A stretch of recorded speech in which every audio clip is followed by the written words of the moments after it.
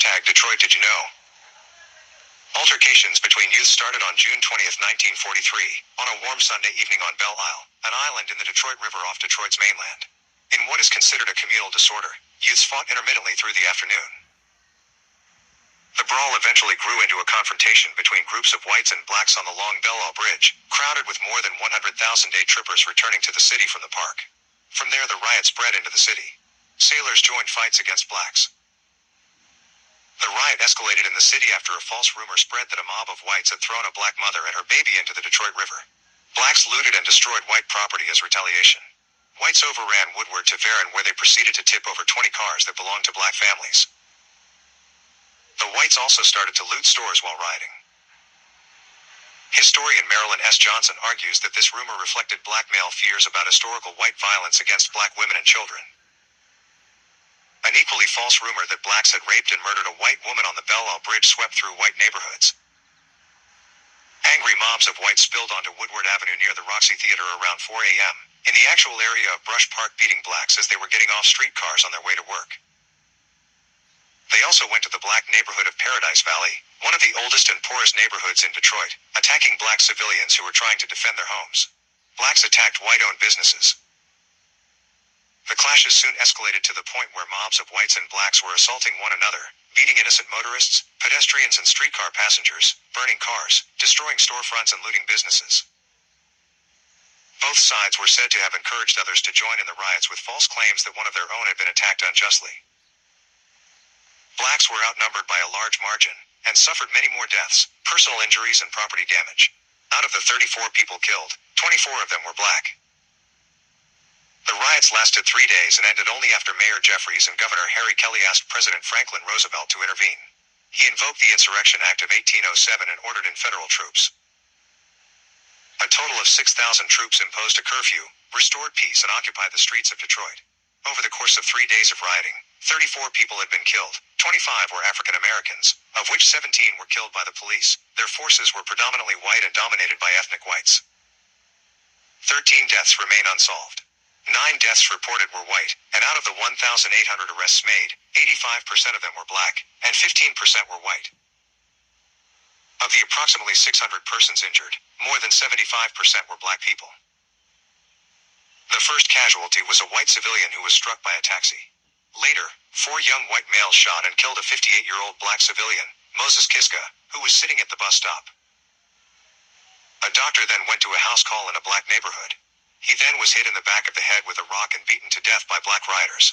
A couple years after the riot, a monument was dedicated to this doctor at the streets of East Grand Boulevard and Gratiot Avenue. After the riot, leaders on both sides had explanations for the violence, effectively blaming the other side.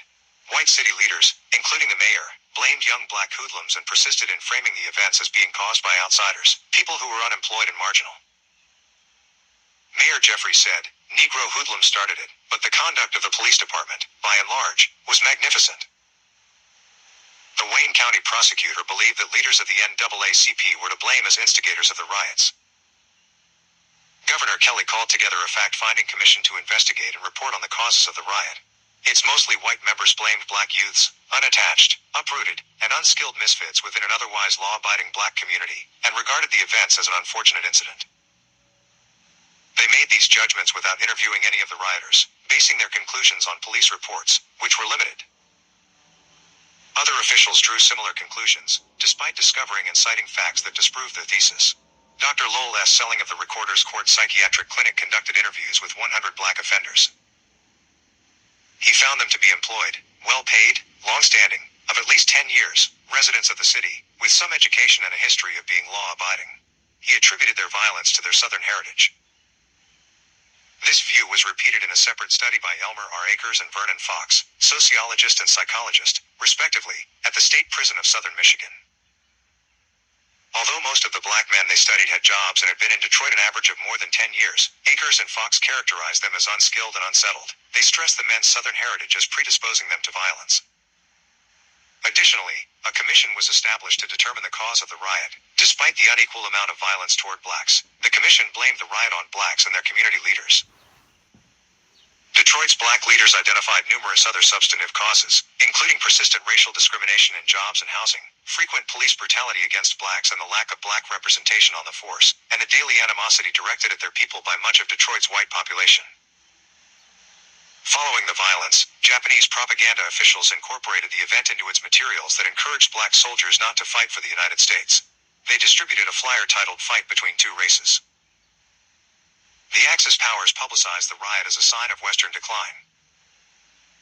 Racial segregation in the United States Armed Forces was ongoing, and the response to the riots hurt morale in African American units, most significantly the 1511th Quartermaster Truck Regiment, whose black enlisted men fought against white officers and military police on June 24th while stationed in England, in the Battle of Bamber Bridge, after the officers and MPs attempted to enforce Jim Crow laws on a pub in the village where locals welcomed the black GIs. Walter White, head of the NAACP, noted that there was no rioting at the Packard and Hudson plants, where leaders of the UAW and CIO had been incorporating blacks as part of the rank and file. These changes in the defense industry were directed by executive order by President Roosevelt and had begun to open opportunities for blacks. According to the Detroit News, future Supreme Court Justice Thurgood Marshall, then with the NAACP, assailed the city's handling of the riot. He charged that police unfairly targeted blacks while turning their backs on white atrocities. He said 85% of those arrested were black while whites overturned and burned cars in front of the Roxy Theater with impunity as police watched. This weak-kneed policy of the police commissioner coupled with the anti-Negro attitude of many members of the force helped to make a riot inevitable. Reinterpretation in 1990. A late 20th century analysis of the facts collected on the arrested rioters has drawn markedly different conclusions. It notes that the whites who were arrested were younger, generally unemployed, and had traveled long distances from their homes to the black neighborhood to attack people there.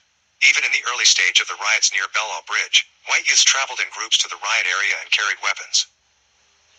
Later in the second stage, whites continued to act in groups and were prepared for action, carrying weapons and traveling miles to attack the black ghetto along its western side at Woodward Avenue. Blacks who were arrested were older, often married and working men, who had lived in the city for 10 years or more.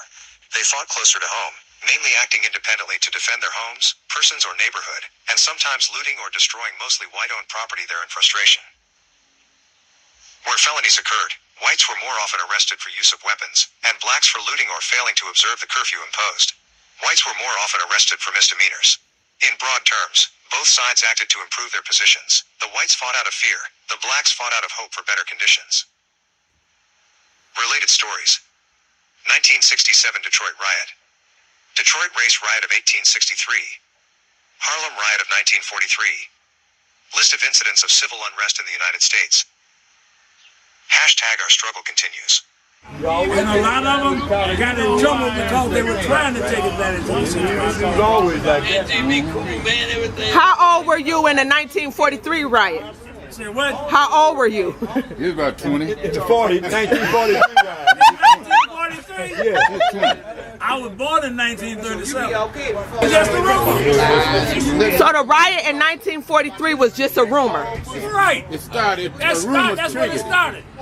It happened, but it triggered. It's supposed to said blacks should attack some whites. The whites went back and said blacks attacked them, and blacks went back and said whites. Was that the incident that they supposed to have threw a baby overboard at Belle Isle or something? That was that 43.